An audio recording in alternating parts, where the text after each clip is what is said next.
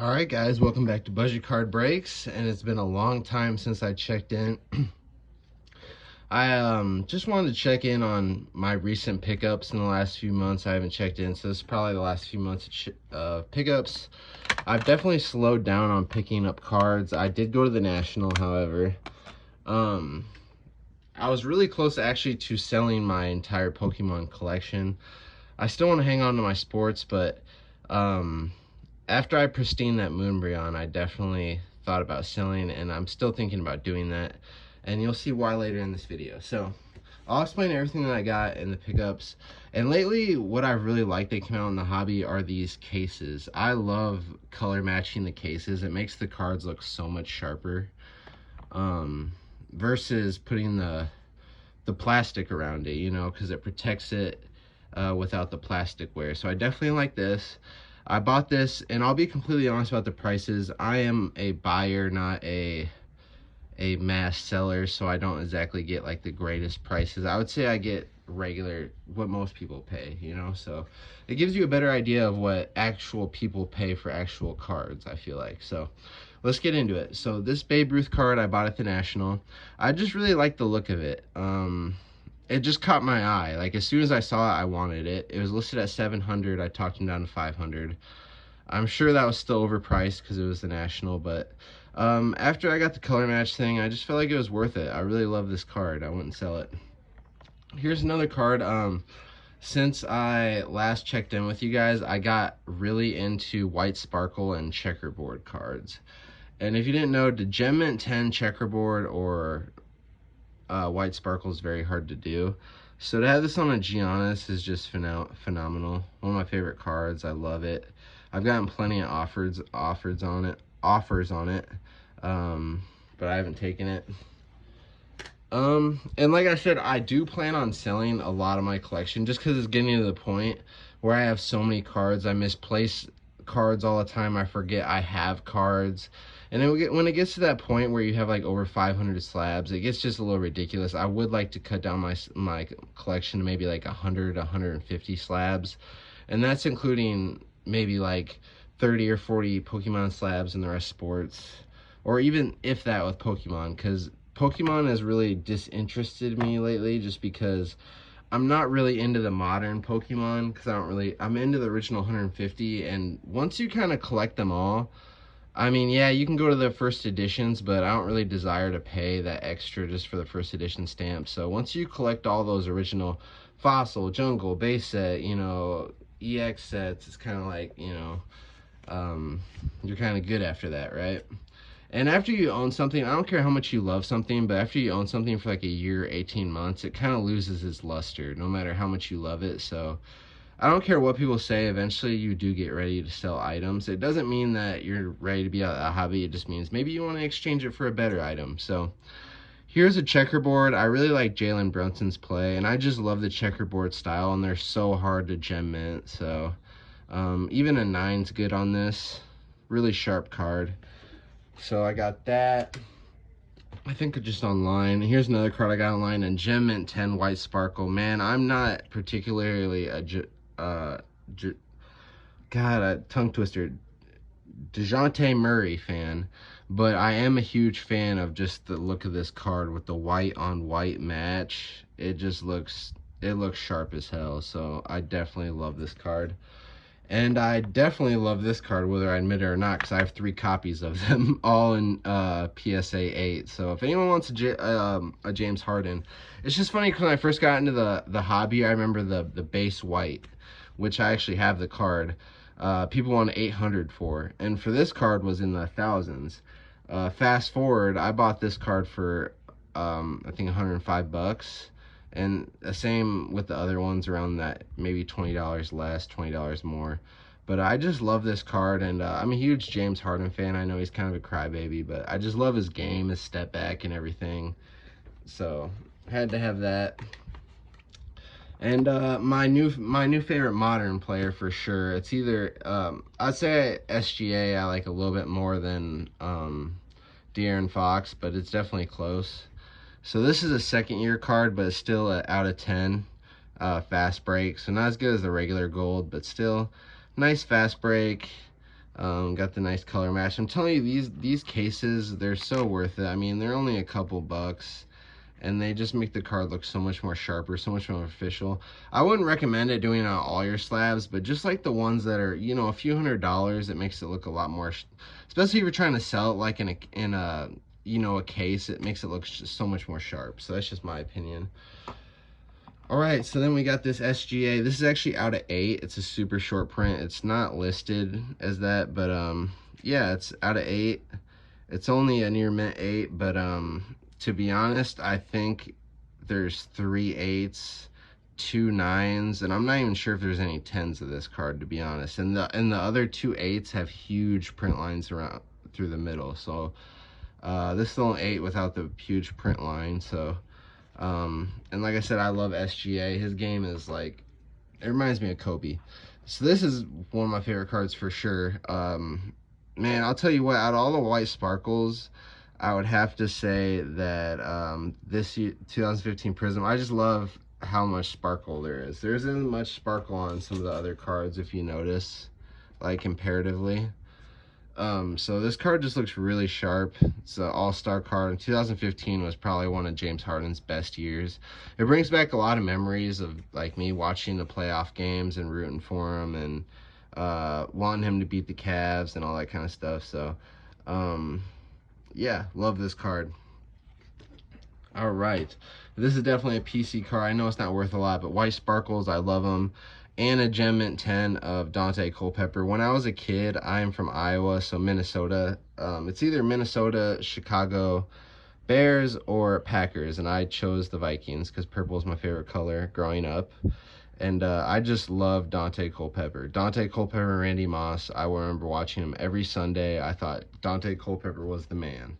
In reality, maybe he wasn't the greatest quarterback, but he was to me as a kid, so this is a special card for sure. And this I bought at the National, and I didn't realize how much I got took on this card because I have the habit at Nationals. I really just eyeball cards. Like, I look at a card and decide how much I want to pay for it, and if I feel like it's fair. I don't really do all the price checks and stuff. And I think this card was listed for I think 900, and I paid 700, and then I saw it like listed somewhere else raw for like $150 like later online, and I was like, damn, I got took. But at the same time, maybe it's really hard to grade this high. I'm not sure, but either way, I'm not dissatisfied with the purchase. I know I overpaid, but this isn't really a card I plan on selling because I bought it at the National. The National is a huge memory for me. It's probably the first, it wouldn't surprise me if the only National I went to, just because my experience there was not good, and I'll get into that later. But yeah, sharp card. So here's kind of the exciting part. So I put in a submission to CGC months and months and months ago, and halfway, basically when the submission is over, I got an email from CGC and they said, hey, we came out with these new slabs. Do you want to switch to the new slabs, or do you want to stick with the old ones? And I chose to go with the new ones. Yeah, so, and this is what happened.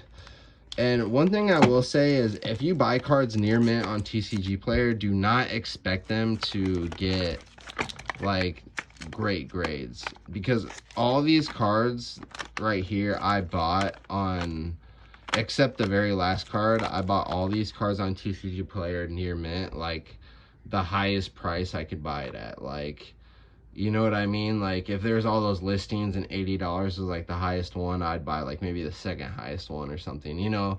And I was hoping to get all 9s or 10s. So let's just go through them. So we got this Expedition, one of my favorite sets, 8, 7.5. Again, you know, the whole the Holland Phantoms and all that stuff I really like. I love this Dragonite. But you'll see I don't know what happened with this card. I bought this on TCG Player, and apparently somewhere there's added paint to it. I don't know. This is a beautiful card though, but most people would crack this out, but I mean, I'm a collector. I don't even want to sell this card, so keep that. I love this Espeon, but you'll see a pattern, you know. And I pulled this card actually from a box. and it got a 9.5, which is great. So the two most expensive cards out of this, and the thing about these cards is like it's either 10 or bust with these cards. Like if this card's a 10, it's worth like damn near $1,000, but if it's a 9, it's like $110 type of deal. And that's pretty much the case for all the cards I've showed you so far, at least with the Pokemon. So with this one, I think it's like $300 and some for the 9.5, so that's good. That made up. And that's the thing about grading these cards is you can do terrible on like 80% of the cards, but if you get a couple good grades on really key cards, it'll make up for all of it. So got this 7. Again, this was supposed to be a near mint plus card I bought. 7. Like, I see a ding right there, of course, but and I noticed that on a lot of these, so I'm just kind of giving a warning about TCG Player that they aren't as mint as they claim for sure. Like, if I buy a near mint card, I would expect at least a 9. That's just me, you know. Even this, I bought this near mint and it got a 5.5. Like, that's horrible. And they look kind of identical to the 7s, you know. But here's the big card, you know. So I got a 10 pristine. And I was actually the first one to get this. It was a pop 1. If you look up the serial number, I was the first one to get this card. And I believe it's worth $5 grand. A lot of people have called me crazy on Facebook, don't believe me. But I believe that it is a $5,000 card or near it. So I'm going to put this for sale. And because I don't like modern Pokemon. And I'll probably put the Umbreon for sale too. So shout out to...